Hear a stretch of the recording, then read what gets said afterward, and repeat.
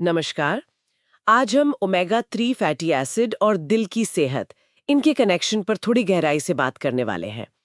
हमारे पास ये Nutrilite salmon omega 3 product से जुड़े कुछ पेपर्स हैं। तो देखते हैं कि इनमें क्या दावे किए गए हैं, क्या जानकारी दी गई है। ये आजकल बहुत सुनने में आता है, गुड फैट्स ओमेगा 3। मतलब आज की लाइफस्टाइल में इसकी इतनी चर्चा क्यों है? इन सोर्सेज में एक बात लिखी है कि जैसे आजकल हम प्रोसेस्ड खाना ज्यादा खा रहे हैं, उससे शायद ओमेगा 6 और ओमेगा 3 का बैलेंस बिगड़ रहा है। तो इस बैलेंस वाली बात पर थोड़ा और सोचते हैं। ये ओमेगा 3 आखिर है क्या, और सोर्स इनके क्या फायदे बता रहा है? हाँ, तो देखिए, सोर्स के हिसाब से ओमेगा 3 एसेंशियल फैटी एसिड हैं, मतलब शरीर के लिए जरूरी। इसमें खास तौर पर ईपीए और डीएचए का जिक्र है, आइकोजा पेंटानोइक एसिड और डोकोसा हेक्सानोइक एसिड। दावा ये है कि ये नॉर्मल हार्ट फंक्शन को सपोर्ट करते हैं। अच्छा। और ब्लड में जो ट्राइग्लिसराइड्स होते हैं उनका नॉर्मल लेवल बनाए रखने में भी मदद कर सकते हैं। अच्छा। और ये भी बताया है कि हर सॉफ्ट जेल में करीब 180 mg ईपीए और 120 mg डीएचए होता है। और वो जो बैलेंस बिगड़ने वाली बात थी, उसका क्या?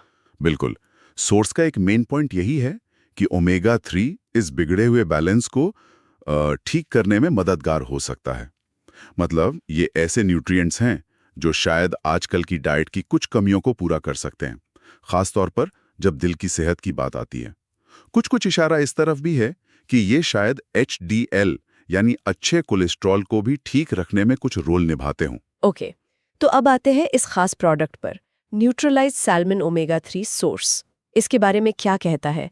क्या चीज इसे अलग बनाती है? हाँ, तो जानकारी ये दी गई है कि इसमें 4 अलग अलग तरह की मछलियों से मिला ओमेगा 3 है। सैल्मन तो है ही, साथ में एंकोवी, मैक्रिल और सार्डीन भी। 4 मछलियां? जी। और इस बात पर भी जोर है कि इसमें कोई आर्टिफिशियल रंग, फ्लेवर या प्रिजर्वेटिव नहीं है, और इसकी प्योरिटी, क्वालिटी वो सब टेस्टेड है। ये 4 अलग-अलग मछलियों वाली बात थोड़ी इंटरेस्टिंग है। क्या सोर्स बताता है कि ऐसा क्यों? मतलब इससे कुछ खास फायदा होता है क्या? देखिए, सोर्स में सीधे सीधे क्यों का बहुत डिटेल जवाब तो नहीं है, लेकिन अक्सर ऐसा किया जाता है। कभी फैटी एसिड का एक खास प्रोफाइल पाने के लिए, या फिर सप्लाई चेन को स्टेबल रखने के लिए। यहाँ जोर इस बात पर है कि ये मल्टी सोर्स हैं और टेस्टेड है। समझ गई। पर एक सवाल जो हमेशा मन में आता है, और शायद सोर्स ने भी उठाया हो, क्या ये सब हमें अपने खाने से नहीं मिल सकता? क्या सप्लीमेंट लेना ही पड़ेगा? हाँ, ये बहुत प्रैक्टिकल सवाल है और सोर्सेस पर बात करता है।